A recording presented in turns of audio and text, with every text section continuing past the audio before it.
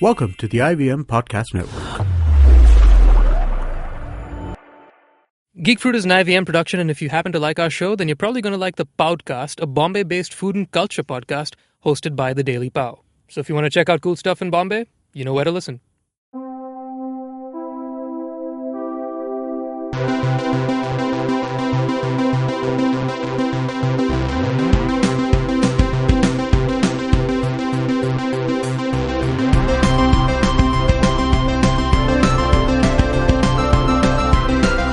Hey, you nerds, welcome to the Geek Fruit Podcast.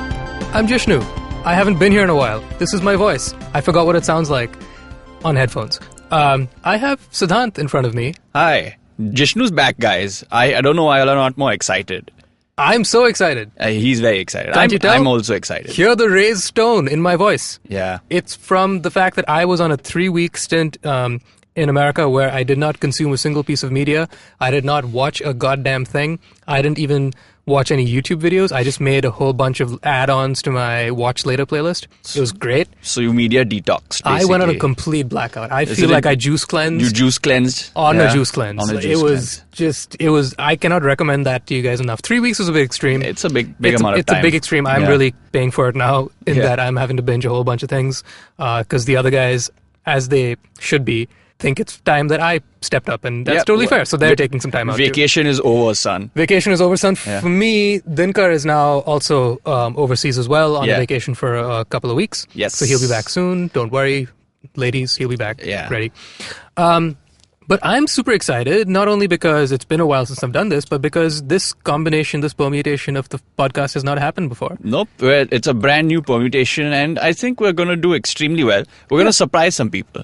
People are going to be on their toes after this one. I think the only people that we'll surprise, quote unquote, are Tejas and Dinkar. Nobody else really cares. That's true. So, enjoy. Yeah. For JVS, can we call it? Sure. But can't we just be friends and just not have a V? Okay, JS. No, I don't know how I feel about that. But okay. Let's work on that as we go through this extremely interesting topic that we have picked for this week's episode. Do tell. So, I think this all started when we were jamming about what we wanted to talk about this week. Because as we have discussed, Jishnu has not, he's kept away. Mm-hmm. So we haven't had anything relevant that was new that we could discuss. And I thought, what's been a really interesting aspect of being a fan in the last 2 years, of especially the geeky stuff, with all the news and information available to us, it's so easy to get into the process of making the film, even before the film is made. You're literally on the hype train throughout, from the first stop to the final, like right to the end. Sometimes the hype train should never have been there, in the terms of Suicide Squad, where literally people had more fun hoping about what that movie was going to be. And learning, oh wow, they cast Will Smith. Oh wow, did you see Margot Robbie's costume choices? I thought you were going to say cleavage or something. I don't know where you were going with that. When I say costume choices, I mean you cleavage. Do mean cleavage. Yeah. Or that, look at this new soundtrack they're putting in with this completely overrated song. I stand by that. Bohemian Rhapsody? No, the other one. Which one? The one that those guys made for... Purple Lamborghini. No, the band. The band? What's that band's name? 21. The 21 mics. What is it? 21 Pilots. Pilots, yeah. Oh, yeah, they made a song? Yeah. Oh, well.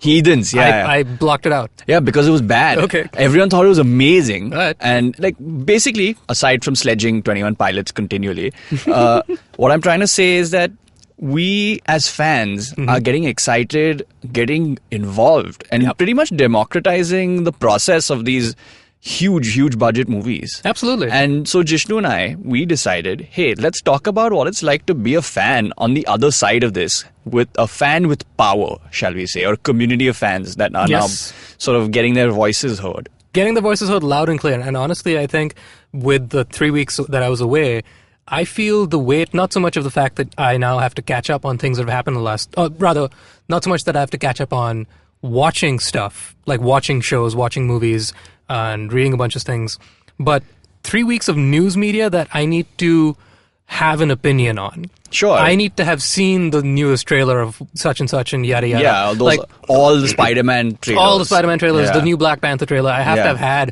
seen it so that I can then express my opinion on it, so that will play a very small part in the very big pond of the fans' opinions that guides Marvel. Marvel, without question, incredibly dependent upon fan reactions to how they'll continue their future, right? So Phase 4 is still a little up in the air. People don't know exactly what's happening, but I believe as of today, at the time of recording, I think they just announced that Spidey 2 will be the start of Phase 4.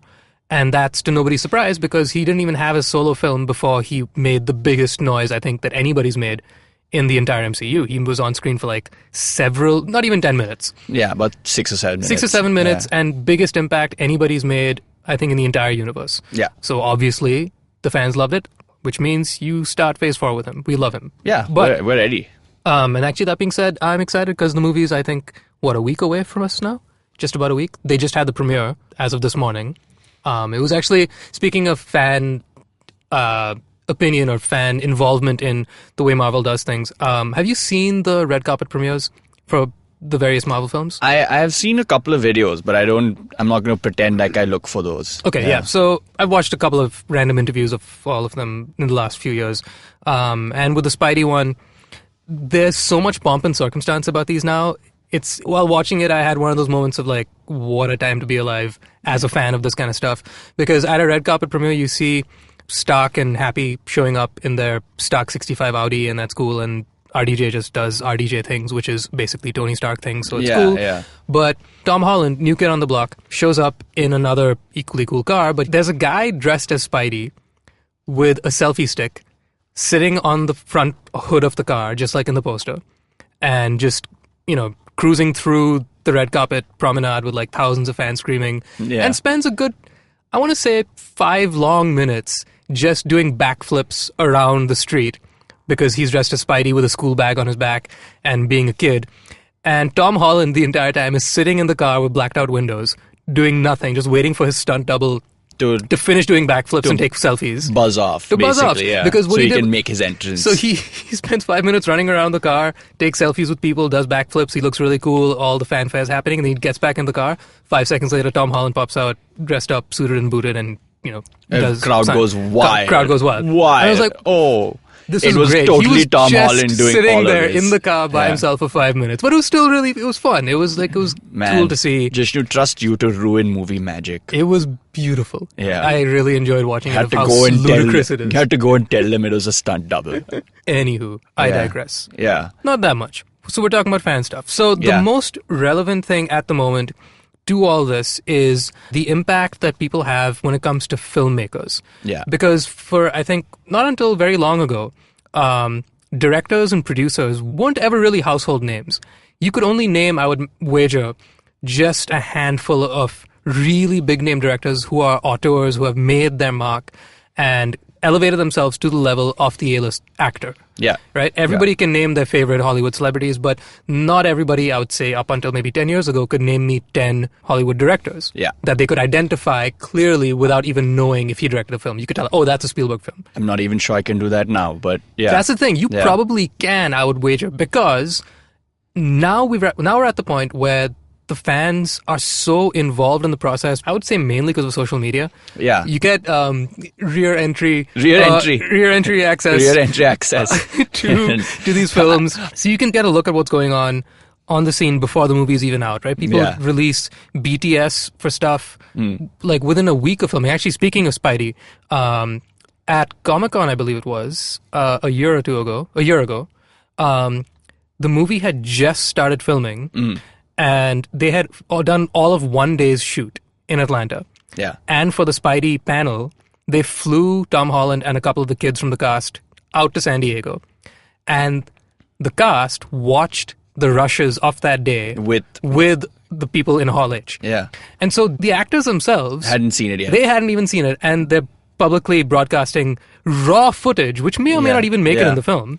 Yeah. To these people, because that's how much they value the fans' input. I think it's also because, unlike before, when, at least not in the comic book sphere, when a person is coming out with a movie and you watch a trailer, you usually have no idea what's happening. I mean, it's the first time you're seeing these characters, you're interacting with the story, and then you get interested and you watch the movie. However, if you're taking Spider-Man that I grew up with for 20 years and then saw like 4 movies off already, and you want to make something of that, damn straight I'm going to have an opinion. Yeah. Because everyone in that room probably has watched a ton of Spider-Man in their lives. And they have an opinion about who they want to see there. If they don't see the person at the helm who they think that can run the film the way they think it should be, then there might be schisms immediately where people are like, okay, I don't think this guy is going to be good. The movie's not going to be fun. And I'm going to walk away from it. Yeah. You know? I know people that have done that. I've actually considered doing that a couple of times. For which ones? Actually, Suicide Squad I refused to watch in the movie theater. Oh, I watched it on a flight out of the country. That's the only time I decided to watch because there was nowhere to go. I had to watch something. It was that or one of the old BBC documentaries about I think foxes. Dude. I got to the foxes. Who doesn't love foxes? I got to the foxes eventually. What don't you like about foxes? Why are you hating on foxes? It was a case of first or second. Yeah, why the hell was it second? Because, I mean, somebody is going to ask me if I'd seen Suicide Squad and I'd eventually have to say yes. And you were going so well. I was trying really hard. You're doing so well. Why trying did you fumble? really hard. I know. Man. I know. But I got the foxes were cool. Anyway, point being, okay, you have people now who are so emotionally invested in these characters that they're not willing to let you take a chance on giving it to somebody new. Absolutely. You know? And even with household names or people that are cast well, it still doesn't make sense to a lot of people to put the energy into it because either there's fatigue or they don't care. And that's actually the second Spider-Man franchise, the one with Mark Webb and Andrew Garfield and Emma Stone. Like, that was very faithful retelling of the Spider-Man origin. Very good cast, well cast. The story was decent. The way they characterized him was decent. But people were not ready to care. Because, you know, they still got the Tobey Maguire thing still looming. Okay, Its shadow was still looming over this franchise. Okay. People had so many other great new properties or sort of well-polished properties to watch. Rather than Sony just sort of... Recycling, yeah, pretty much. Just to keep the rights with them, they just put another movie out, basically. Right. Nobody wanted it. So... Then when you hear news, for instance, that the new Batman movie stars Ben Affleck, immediately there were groans before there were cheers. And then the movie came out, it was rubbish. And then we were told there's going to be a new Batman movie and Ben Affleck's going to direct it. I don't know how I feel about that, yo. People were like, not sure. You don't feel good? Oh, I was very excited. I was not sure about it at all. Okay. And then he ups and quits anyway because I think he felt that pressure. He felt it. He was just like, you know what? It's too much work. He said it. Like, he straight up said, absolutely, it's too much work. Yeah. People expect too much from me. And also, I think they weren't willing to go in the direction he wanted to go in. Because I'm sure he had a very cool artsy-fartsy thing. Because that's what he's about. And I really like his own directed stuff. I think it's really great. I really like his acting. I think he's great when directed well. So I would have been very curious to see how he could combine the two. But... You're right. The pressure of directing a multi-million-dollar production is bad enough, but a multi-million-dollar production plus $1 billion+ eyes on you at all times. It's Batman. Everybody has a Batman version that they want. Exactly. So I think kudos to anybody that can do it, let alone do both. Be Batman and tell Batman what to do is... insane. Is absurd. So I can't really discredit him for it, but I was excited, I will say. I mean, I actually don't hate the fact that he doesn't want to direct it. I think it's a better idea for him because there'd be too much pressure on him. Absolutely. That could really stall his career. I mean, and we're still talking about Ben Affleck here. You'd think nothing would bog him down at this point after all the string of hits he's pulled through the hat lately, as a director especially, but even as an actor. Still, that pressure that the fans put on him, it paid. It paid them, but it also might be better for him. Yeah. But I think, correct me if I'm wrong, but I think that movie is still waiting for a release date. They're still trying to sort out who's doing what and who. It's a ways away. Well, they set them back, right? So yeah, which again is good. Yeah. As opposed to something that's very relevant right now, just a few months out, is the new Han Solo movie, which is the exact opposite situation. So if you guys hadn't heard, the two directors of the film, Lord and Miller, who I think sound exactly like a suit company. Yeah, but they're also amazing. They're great. Yeah. So what have they done besides 21 Jump Street? I believe Lego Movie was theirs as well. That's right. Yes. So two movies that I really, really, really enjoyed for their own uniqueness and obviously just hilarity, but just really unique styles of storytelling, specifically with Lego Movie.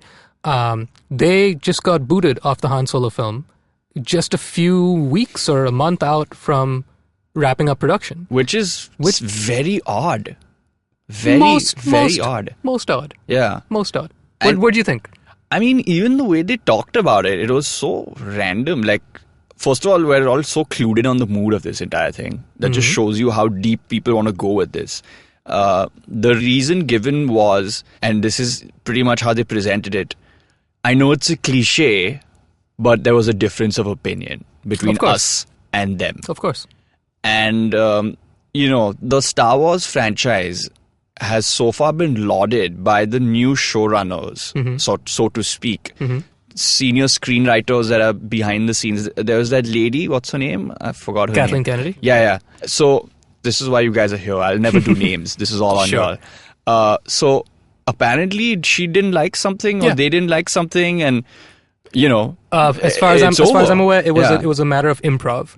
So Lord and Miller are very high on doing improv in their style of just riffing, and that's how the comedy comes, and that's no surprise. But I would like to agree with if that is in fact one of the big things that I don't see Star Wars fans being okay with improv. Exactly, because the thing is, Lawrence Kasdan also wrote this one, or is he producing it? See, he's the other guy on this, right? Yeah, so Lawrence Kasdan did Empire, he did Force Awakens. You don't mess with Lawrence Kasdan, right? Yeah. If he says something, you just shut up and do it. Yeah. And Kathleen Kennedy, equally, if she says something, you shut up and do it. She has more movies to her credibility than you would ever imagine. No, but it's also, this is her running it. And she's done a great job with literally everything she's done. She's got a Midas touch completely. Yeah. So I can totally see a Lord and Miller directing style of improv working when you have Jonah Hill riffing on being on drugs at a school.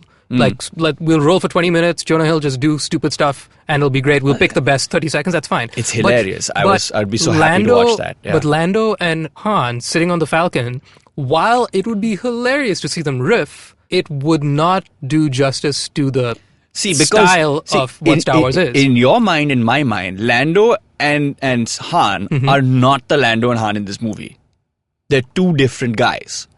Like, when you still say Lando and Han, I'm still thinking the original Lando and Han. Of course, yeah. So who are these cats that are playing these roles? I mean, I know them, but I don't know what they're going to be, right? Right.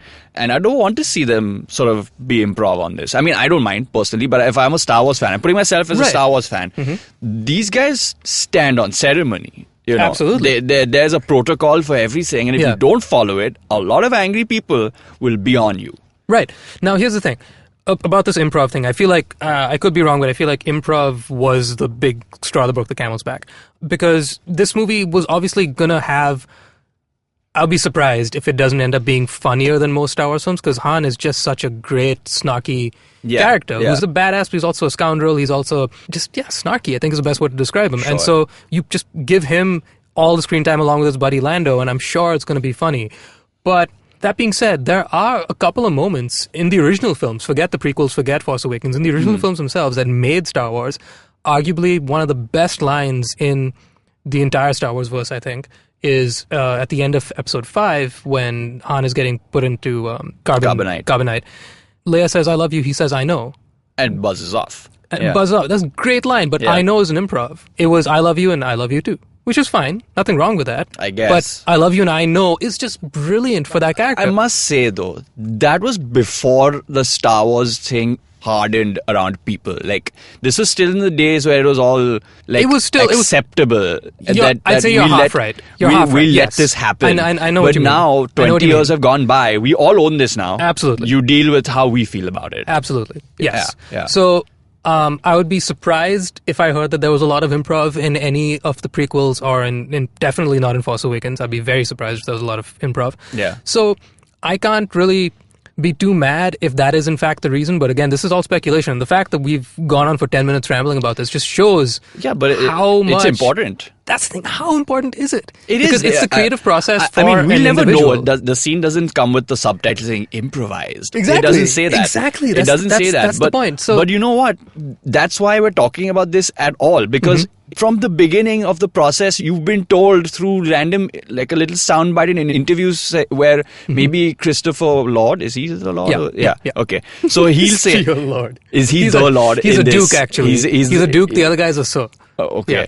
Both so OBE. Miller. Yeah. So what if he says, we're gonna Phil Lord Christopher Miller. See, this is why I Phil checked Lord, this. Christopher Miller. So Cool. I checked Okay. this. Great. Okay. So Phil Lord says, hey, you know what? We're letting Donald Glover say whatever he wants in scenes with Chewbacca. I don't know. I'm just saying something here. And people pick up on this. And then a group of people decide to subreddit this. And then suddenly, look, it's Reddit. It's true. Subreddit is the bane of all existence. That's all happening here. And then suddenly everyone is told, then it starts getting inserted in the future articles written about this.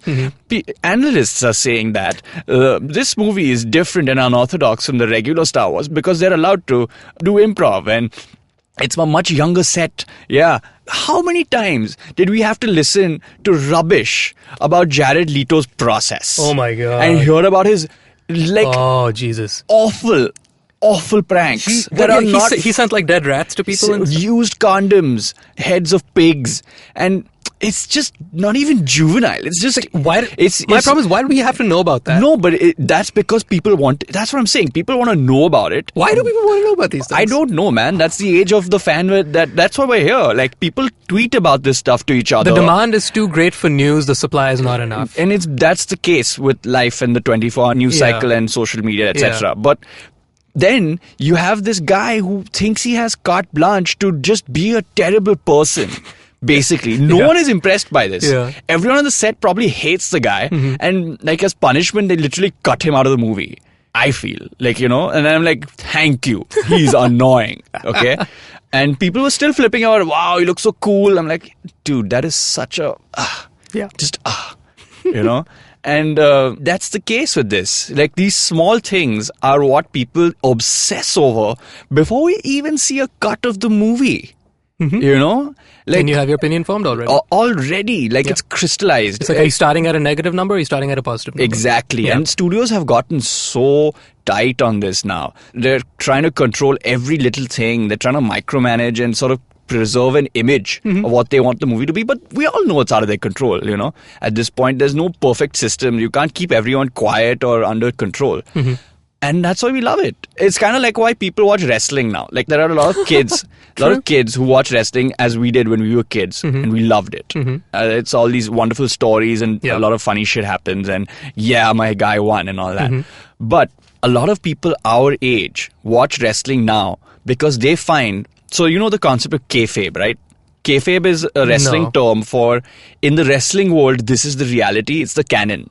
Okay. But in reality, these guys are friends of or course, whatever. Yeah. So people love to follow the behind the scenes actual politics and storylines and the company's direction and things like that. And then like contrast it with the kayfabe action going on inside the ring. And that's, can you imagine that? Like, if you told me this when I was 13, that I'd still know about certain wrestling things and like memes or things. Do you have the latest hot goss? I don't actually, but I'd love a 30-second what's Triple H up to now? Well, I know a couple of things. For instance, complete sidetrack, but they got a Canadian-Indian guy to be the champion now. What? Because they wanted to push big in India. This guy called Jinder Mahal. I know, it's hilarious. His name is what? Jinder Mahal. And like, I'm sure I've eaten at a Jinder Mahal. That's what I'm saying. Yeah. But it holds true, right? Okay. Like, they're so nakedly trying to push this thing into India and make it even bigger, and people are falling for it, and everyone's commenting on it and writing articles. How can they sell out wrestling to sort of be a marketing machine? And like, it's a business guy. Like, So all of this sort of plays in together. We have this very complex relationship with movies where watching the movie is about 35% of the experience now. Preach. Because 10% of it is afterwards when we talk about it and feel good about ourselves. And if you're one of those... Oh, I caught that. Did you catch that? I'm better than you. You know the ones I hate the most? The guys that try and predict how well it'll do in the box office. I'm like, bro, that's not even your money. That's like the worst form of fantasy sports I've ever seen. At least in fantasy sports, you can like compete with your friends and win, and it's based on luck or like whatever sort of strategy you've put together. Yeah. But it's like, wow, I told you, Fast Furious, whatever, will be the one that it will not only top the box office openings in the US for 2 weeks, the openings and the following weekends it'll get in the top 5. It'll also break a China record, and it'll do this, and you're wrong. You'll never see this. And you're wrong. Your prediction is wrong. And everyone's like, who cares? Like, that's just more money going to Vin Diesel. Yeah. You know, that no one's happy about that. No one wants Vin Diesel to be richer than he is. Like, you know, he's at status quo. He doesn't need to be more fine. He's just gonna keep getting paid like for nothing, you know. So yeah, the other half is just us talking about movies constantly before they come out. Like, how much time did you spend on The Force Awakens? Talking about it? Yeah, I made my opinion very clear to Tejas. I told him I will not say a damn thing about this movie. We spent 1 episode on it, and I did not want to indulge in it anymore. I'm sure he was not happy about it. He was not happy about it. Exactly. He was not at all happy about it. But this is what we live for. Exactly. I didn't want to ruin it. I didn't want to ruin it in my head. Yeah. I didn't want to like make my own movie. I'm like, I'm not paying them money to see my movie. Such a good point, though. So such a good point. I'm giving you money because I trust in you to do something better than I can think of. It's like those people that go to the restaurants and eat the food, and they're like, my mom makes better food than this. Yeah. And I'm like, stay at home. Why don't you? Yeah. Okay, I want to put pause on this, and we're going to come back actually talking more about Star Wars. Surprise, surprise, on the other side of this break.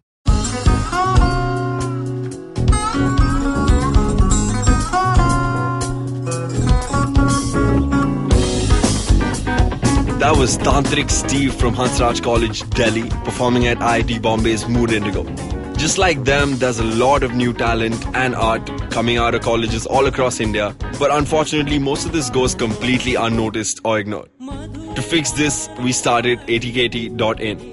Hi, I'm Ankur, I'm a musician and a rapper, and I found that one of the best things about being an artist myself is finding new talent.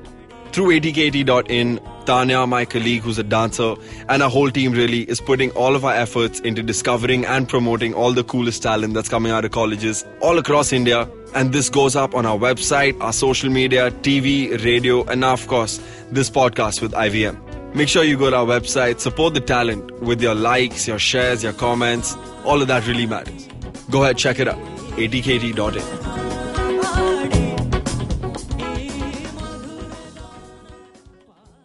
Hey, we have returned. Did you think we went anywhere? Because we didn't. No, we talked about wrestling again. Have you seen Glow? Not yet. Getting in on it. I'm just halfway through. It's so good. I'm going to take it on the weekend. Man, we need more of that, man. Sure we do. Damn, anyway. Yeah. Future wrestling, episode. Yeah. Wrestling and stuff. Okay, but like I said, getting back to Star Wars things. So we've had a change of directors, very last minute. There's just a handful of scenes left to be shot. Same situation as the Justice League, horrendously tragic news. Different circumstances. About Zack Snyder, completely different circumstance. If you hadn't heard, he lost his daughter several months ago. And actually, kudos to him. And I guess Warner Brothers for keeping it hush-hush for that long, which is great. Yeah. It was only publicly announced after they had made the deal with Joss Whedon for Whedon to step in and finish up what he had done. Yeah. Very excited for that. In Whedon, I trust implicitly, so hooray. Joss Whedon, master of universes. Absolutely. But speaking of the Star Wars replacement, I have a really interesting article that I believe just came out today. So I don't know if people would have read this by the time this episode comes out, but a very random letter from the new director of the Han Solo film, Ron Howard, who we all know and love. Okay.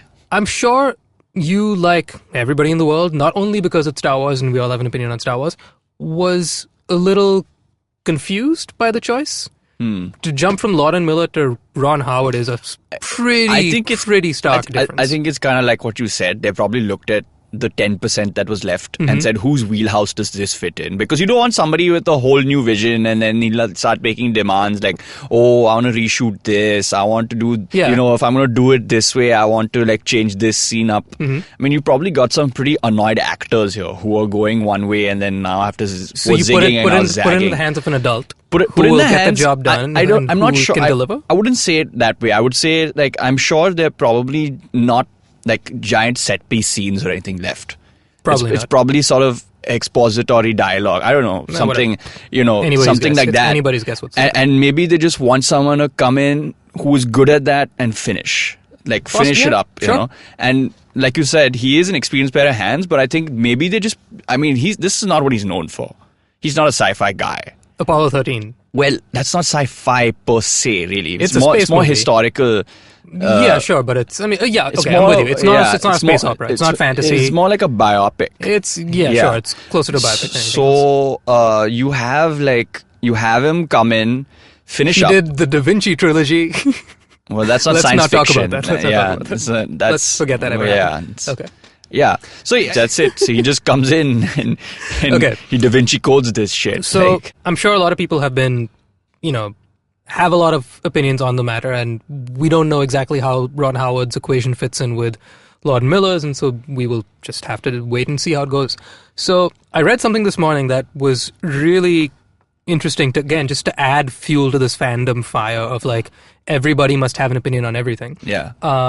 They just released an old letter from 1999 that Ron Howard sent to Newsweek. He wrote a letter to Newsweek back in 1999. Yeah, so letters still matter, huh? He addressed it to, I believe, the head of Newsweek, who had put out an article that was probably like all other articles at the time, hating on Phantom Menace. Sure. Phantom Menace had just come out. Yeah. They wrote a terrible review. Yeah. But they wrote some really snide comments about Jake Lloyd, a.k.a. Baby Anakin. Yeah, right? yeah. So that now, guy never did anything wrong. So everyone just hated on him forever. Here's the thing. Ron Howard, to sort of prove his worth to Star Wars fans, made this letter public, or rather agreed to let it go public, because he wanted to prove to people that he has loved Star Wars from day one and he's a hardcore fan, so you should trust that he's going to do a good job. And he has a relationship with Lucas. I mean, he does. A very long-standing relationship with exactly. Lucas. Now, I'm just going to read out this letter. It's pretty short, but it says a lot. So, the article itself was called Buzz Wars Episode 1, and they really hated on Jake Lloyd. Now, remember that Ron Howard, also a child actor from Happy Days, he knows the circumstances Jake Lloyd was in. Teenage actor in George Lucas's American Graffiti. Yes, exactly. Yeah. Yes. So, longtime Star Wars fan, also a child actor, speaking out in defense of not only Star Wars, but of Jake Lloyd. So he's writing this to Miss Nancy Cooper of Newsweek. So he says, Dear Miss Cooper, while your Buzz Wars Episode 1 piece was generally snide and insipid, the pot shot at 9-year-old Jake Lloyd was downright irresponsible. The piece cites unnamed insiders, quote-unquote, who are critical of this 9-year-old's performance. I have no way of knowing how accomplished or professional he may have appeared during the principal filming, but I seriously doubt that these insiders are inside enough to have seen an edited version of the new Star Wars, because and in my opinion, Jake Lloyd is terrific in the film, which, by the way, is truly amazing. His words. Okay. Movies are subject to public scrutiny, yes, but for Newsweek to attack a child's performance based on rumor and without even having seen the movie is shameful. As someone who was acting professionally at an early age, I can assure you that 9-year-old Jake is quite capable of reading, understanding, and feeling the humiliation of a piece like that. He may not be able to comprehend the reason that it was printed, but then obviously neither can I.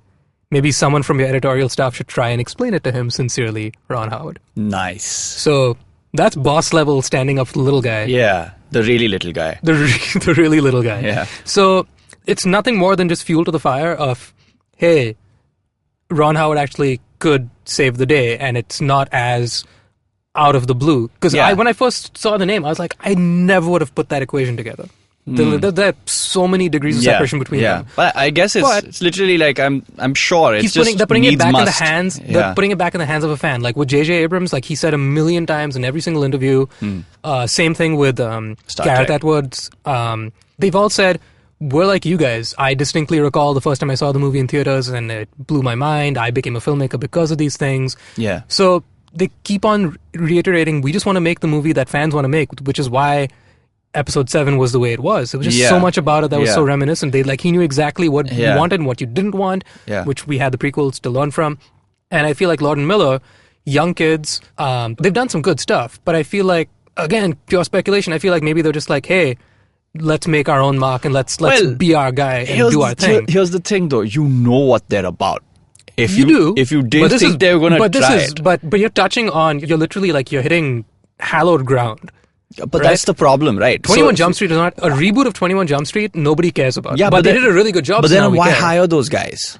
As what I'm saying to you, if you were so concerned, because or you it's were a spin-off. But now you're treating it like this. Yeah. So you can't have it both ways. How much of a spin-off can you get? You can't have it both ways. Yeah. If you're saying, okay, it's a spin-off, we need a new voice, we need a new direction, let's go a little bit edgy and get these dudes in and let them try something, and then suddenly they're like, oh wait, they're trying something. I'm not into it. Yeah. Let's fire them with what? A month or something. It's coming out at the end of the year, so we have 6 months before it's out. Not even much left of what they've done. So they've pretty much finished it, and then you want to change it now? Yeah. It's like, okay, the chef has made most of the main course. You got somebody in to garnish it? Yeah. Weird much? Yeah. How much does it... What is going to change here, really? So, I think it's more about the directorial style because the script is set. Right? Lawrence Kasdan writes a script, it doesn't change. Right. So they knew in pre-production what the story was going to be. They knew what the elements were going to be. Yeah, but that's always going to be the case, right? Unless it's a writer-director duo. One second. In Abrams' case. No, but this is Star Wars. We already knew that Lawrence Kasdan and Kathleen Kennedy are there. Right. And they've already got a script. And everybody knows this going into it, right? Right. So, you can't say on one hand that, we want you to sort of try something new or, work with us on this. You're not letting them work with it by themselves. They have to take the script and do kind of what you want with it. Right. And at the same time, you got these guys who don't work with scripts conventionally. So then you have Why did you bring them? You have to question that decision right off the bat. Which we do. Yeah, we should. How does this make you feel about the movie now? Has this shaken your confidence about the movie? No. Really? It hasn't shaken my confidence in the movie because I choose not to think about these movies. That's how protective I am of Star Wars, is that when I saw all 6 prior to Episode 7, I went in completely blind, right? Completely innocent. It was before social media was a thing. And I just remember that feeling of... there's nothing in this world quite like sitting in a movie theater and watching that opening crawl. Yeah. The minute that boom of the orchestra hits, it floors you every time because you know it's coming, but it's always its own thing. I'm so happy you're in that school of thought with me of I refuse to watch, read, or see anything related to movies I really like. Yeah. Because I don't want to be affected by anybody else. Exactly. Because I think it is, I respect the franchise, I respect the creators, and I respect Kathleen Kennedy immensely and Lawrence Kasdan immensely, and I would like to believe that they know what they're doing. Yeah, they're having some trip-ups, but that's the thing. We're in a world now where we know way too much for our own good. Yeah. And it's like, as a musician myself, if I were to get in on somebody's recording session for an artist that I love and I see what they're doing, and I find out that, in the middle of this song, he broke a string, so he's not going to use that string for the recording of this song. Yeah. Do I care? It's his opinion, it's his say, it's his work. Let him do what he wants. I'm totally for that. Who am I to, judge you for how you do it? I will judge your finished product. You have no excuse once you release it. It's so true, though. It's so true. And that's the other thing about being a fan today. Sometimes you're part of the experience even if you don't want to be. Yeah. I'm the world's worst thing to me as a fan in the 21st century is the word teaser trailer. It should have no place in society. Yeah, man. I don't need to know that you've even finished a trailer. Yeah. The bare minimum for understanding what a movie could be like is a trailer. Yeah. Don't make it shorter. Yeah. It's not good for anybody, really. If you want to get hyped, fine. Get into it. Consume it like crack. Whatever you want to do, you do. But let me just say, I didn't want to watch. I didn't have a lot of stock in a movie like Batman vs Superman. But I wanted to watch it. Yeah. I didn't read a thing about this movie. Do you know? I actually went the entire movie without realizing Wonder Woman was in it till she showed up. Wow! Because I had no idea. Wow! I had no idea who she was. Damn, I envy you. That also tells me what I think about Gal Gadot. What? When I watched her in civilian form, she was just some chick to me. I had no idea who she was. Wait, in civilian form, as in the movie. Oh, right. Oh, I didn't know who she was. It was literally a reveal to me. I only understood that she was Wonder Woman when she got off the plane and that lady was like, Miss Prince, we're going to take off. And I'm like, oh wait, this is Wonder Woman. Yeah. And I was like, what? So was it cool for you? Yeah, I thought it was great that she showed up. Okay. But at the same time, I was like, that's Wonder Woman though. She doesn't look like Wonder Woman to you? Yeah, because these are heroes, man. They're supposed to jump out of it. There can be 50 women in that party, but it's Wonder Woman. If you see her, you should know. Yeah. And she doesn't look the most Amazonian. I will give you that. Look, she's great. I loved her. I thought she was amazing, but she does not look Amazonian. And that's the thing. There's so many people that go, look, she's great, but yeah.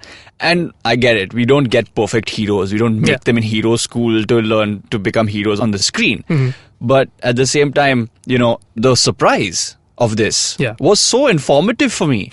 I didn't get colored by any judgment or anyone else's opinion about who Gal Gadot would be like or what kind of Wonder Woman she would be. Mm-hmm. So when you avoid a lot of these trappings, the other 45-50% of the movie is anticipation to watch it. Yeah. The hype behind it. Yeah. It can really ruin it. It's such a classic rule of advertising. If your advertising is amazing and your product is bad, there's nothing that kills a product better than good advertising. Nothing. Damn, son. Yeah. Preach. Yeah. So seriously. So speaking of trailer making, we actually have an episode that is out just at this point on our YouTube channel. In case you guys haven't checked it out, we have the Nerdatorium, which is a fun little show that we do, which is essentially just a video shortened version of our podcast and podcast related things, and we just have a new episode out about the fine art of trailer making. Sure. And this has been a topic that has come up, I think, every second or third episode on the podcast ever since we started. That you're totally right. Trailers are the death knell of cinema.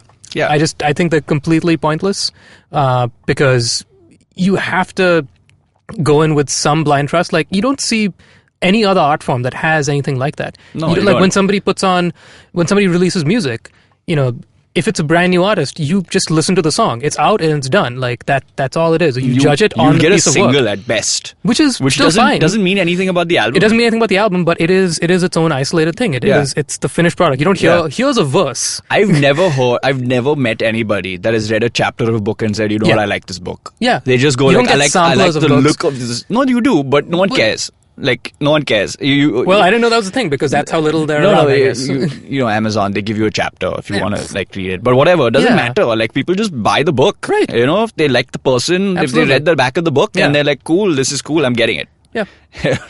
That's about it.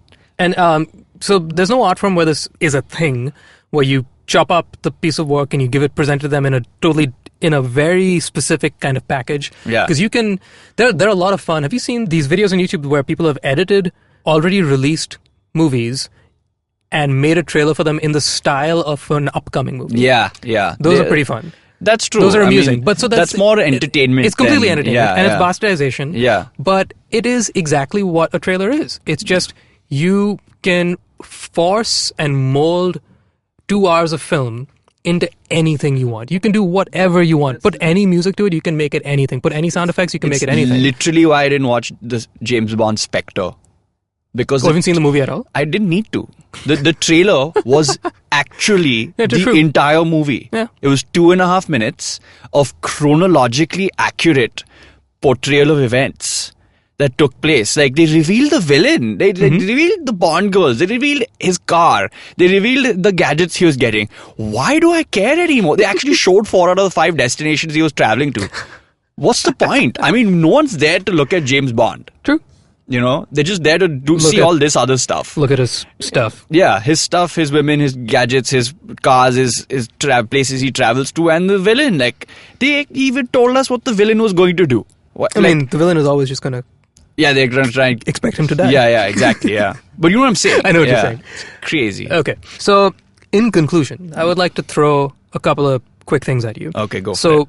So, in prep for this episode, we pulled up a list of a couple of movies in the recent past that have had directors change up in the middle of production. Sure. Most recently, other than Han Solo, BVS, and Ant-Man, when Peyton Reed stepped in for Edgar Wright, those are the ones that made a lot of buzz because they're properties that everybody cares way too much about, and so we know every little detail about them. Yeah. There have been some lesser films that have had this happen. Spartacus, for one, which was well before our time, so we're not going to get into that. Again, this is the time when we didn't know many directors. We didn't know many directors, and I'm surprised to know that they even knew about it.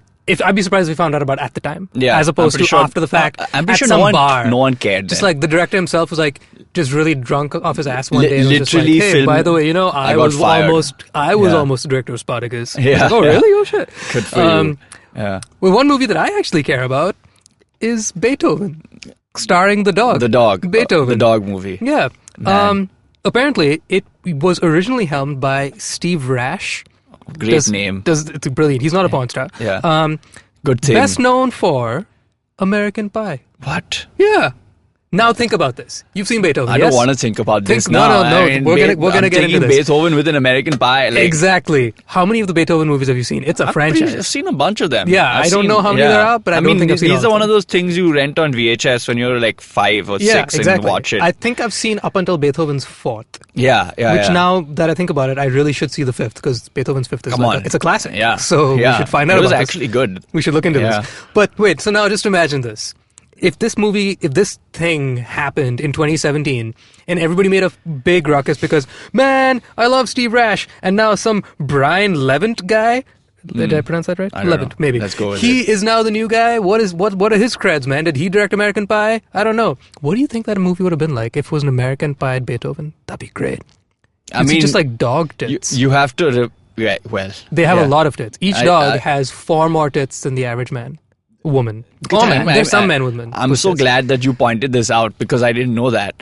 Isn't it 4 more? Yeah, it's fine. Like Naveen, how many boobs do dogs have? 6. 6? Isn't it 8? I thought they're like... No, you got it right too. It's 4 more than what women have. You're there. It's fine. Oh, we can move on from this. Okay. It has nothing to do with his style of direction or what he could have done with this movie. He could have done a lot. There's a lot you can work with. Do not say he could have done a lot with dog boobs. You did just for me, so I won't reiterate. Yeah. Anywho, yeah. I think I'm good for the day on that. Let's talk about... Do you have anything else to add? Let's talk about Ant-Man. Okay, let's talk about Ant-Man. Because that was one of those that upset me. Okay. Because I'm a huge fan of Edgar Wright. Mm-hmm. He is amazing. Mm-hmm. All the movies that I watch of his, all these movies just give you joy. Mm-hmm. They are unmistakably zippy, happy movies, and they're just so good. Yep. They move so quickly. There's such an aesthetic sort of that you get used to. It's one of those things where he's doing something different and you're like on board right away. Yeah. And I thought he's going to bring this to a Marvel movie. Wow, he's going to change everything. And they got Paul Rudd. I can see that fit so well. It'll be so much fun. Yeah. And then they ditched him, man. Mm-hmm. And it wasn't like halfway through or something. He was literally there for the pre-production and they were ready to go. Which is great. And that happened then. Yeah. Great that it happened then. And then they changed it up. And, I'm not one of those people that disliked Ant-Man. I thought it was solid... I really liked it. It was a cookie-cutter movie with the Marvel formula, and it worked just fine. And it's a heist movie. I love heist movies. Yeah. I mean, so it was great. And this is one that I imagined getting better. Mm-hmm. Because you can package so many of those little Edgar Wright shortcut absolutely like montages in there. Beautiful. You could have the sort of characters get introduced like sideways. They kind of already did it. Yeah. You could see the remnants of it in the I forget his name, Michael Pena. Yeah. In Michael Pena's voiceover parts, there were like 2 of those gags. But those were so funny. They were hilarious because I loved, after that movie, I'm now really excited to see the return of Michael Pena more than Ant-Man or the Wasp. I just want to see him again. Much, yeah. You could see his little VO sections. Yeah. Probably my favorite part. But they would have looked so much better than it would have looked amazing if he did it. And we would have laughed a lot. It would have all been tighter. And this is the thing, we don't even have to get too technical here. I can just imagine his movie being funnier. He would just make it funnier. He'd make it shorter. Mm-hmm. He'd make it less talking and more doing. Yeah. Because that's what he does. You can talk in these terms about what Edgar Wright does. Now that I think about it, we haven't seen Baby Driver yet. It should be out very soon. Look at this I'm movie. Very excited.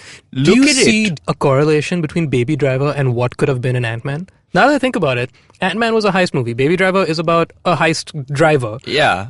I would not be surprised if there was some ideas that floated from Ant-Man and that just became Baby Driver. I mean, dude, some of the actors in this movie, they've tweeted basically that support original cinema in the sense that this is just an idea with a script, no stigma, no property, no IP attached to it. There's no one's other vision is in this. It's literally Edgar Wright making something from a script. This is something that we used to do before, guys. Remember originality? Yeah. And the beauty of it is the fans were so excited. Like, I follow Edgar Wright on Twitter. For like 2 months, he would just put out new film posters that somebody's made for Baby Driver. Nice. Like, people would just send him fan stuff. Like, That's they would awesome. just make things and put it up there. And even the trailer and everything, there's so much, like, he just did so much with it. Yeah. Which was just obvious. Like, I'm just offering my movie to you. You take it from here, guys. Like, the hype will be that. There'll be no talking of what we're going to do and who we hired and what the music is going to be. No, this is a trailer. Deal with it, Yeah. You want to talk to the actor about it? You tweet him. Like, I have nothing to say about this. It's so good. And if he had done that for Ant-Man, wow. Like, just wow. I would have really watched Ant-Man totally differently if he was still in charge. Absolutely. Well, on that note, do you have any final thoughts? Well, I mean, I think we've gone over it in great detail, but just that being a fan today, especially of movies that are coming out, Hollywood franchises, you can go all in, follow it all the way. You can have really high highs and like be very disappointed. Personally, I think if you're really hyped up about a movie, the best thing you can hope for is that it delivers and it'll never blow you away. But if you're really hyped up, you think a movie will never blow you away? I don't think so. Okay. Because the hype is so strong these days. And if you're really hyped up and it's not good, it really disappoints you. Yeah. So that's why I don't take any of that into account and sort of try and avoid things as much as possible for movies that I'm very excited about. For the rest of it, I find myself being a part of the system and, we watch and read and learn about movies that we think are interesting, but not stuff that we're saving our minds for. At least that's how I look at it. I don't know about you, though. What do you think? I think I would like the hashtag Beethoven Stits to trend. Yeah. We need to bring it back. I don't see that there's an end to the franchise anytime soon. I think if we should focus all of our fan energies away from the stuff that doesn't need any more of it. We like Star Wars, Marvel, DC. These guys don't need any more attention from us. They could actually do with some time away, and they're already really good about being secretive about stuff. The cast members are, under lock and key at all times about snipers target scope on them at all times. I think the fans should also ease up just a little bit, or they should just, I feel like the production side of things need to be more tight-lipped about stuff. There's set photos being released every single day from every single film that's being made at all times. I just saw like a week's worth of speculation about Iron Man's new arc reactor and the fact that it's not a circle, it's not a triangle, it's a triangle with rounded edges, people. What does that tell us? I don't care. Just let me watch the damn movie. Yeah. So we should take time away from that kind of scrutiny and focus our attention on pitching for Beethoven 6th, 7th, or 8th, whatever we're at. Yeah. Hashtag Beethoven Stits, guys. Make a trend. So on that note, thank you so much for listening. I'm so glad to be back. This is fun. Let's do it more often. You, I'm pointing at Siddhant here, are the editor of this website that we have. Tell people about the website and where they can find us. Geek Fruit is the website. I don't have anything Geek Fruit, people, did you get that? Geek it's Fruit. Spelled Geekfruit. If you're already here and listening to it on your mobile device, you can see a lovely spelling of it on your screen. In English? Yes. Yes? Okay. Yes. Yeah. And we write about things, and they're nice things, and you will like them. And we talk about all these nerdy things that we've been discussing so far. And catch us on all our social media. I think you've got the list there. The list being social media. Yeah. At Geekfruit HQ. That's all of them. That we're done. Yeah. Geekfruit.in. You didn't say the .in part, did you? Yeah, that's okay. They'll figure it out. That's a technicality. Yeah. But yeah, you guys can also reach out to us, probably directly to Siddhant. You want to give them your personal number because he's the man in charge. I'm done with that. Of said website. If you guys would love to write, we would love to have you write for us, and if we'd love to continue this conversation, write to us at contactgeekfruit@gmail.com. I love the hesitation there. Yeah. Yep, contactgeekfruit@gmail.com. I forget sometimes. Beethoven Stits, guys, make a trend. Thank you so much for listening, you nerds. Bye.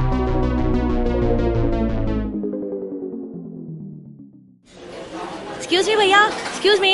बोलिए madam. Menu में क्या है? Menu में scene unseen है, podcast है, on course है, Cyrus है, made in India, rediscovery project, empowering series, sex wax है, IVM लाइक्स है, सिंप्लीफाइड है, कीपिंग इट क्वियर है, थिंग्स एंड डेस्टिनेशंस है, माय नेबर सकरबर्ग है और द फैन गराज है। आपको क्या चाहिए? एक बार रिपीट कर देंगे क्या?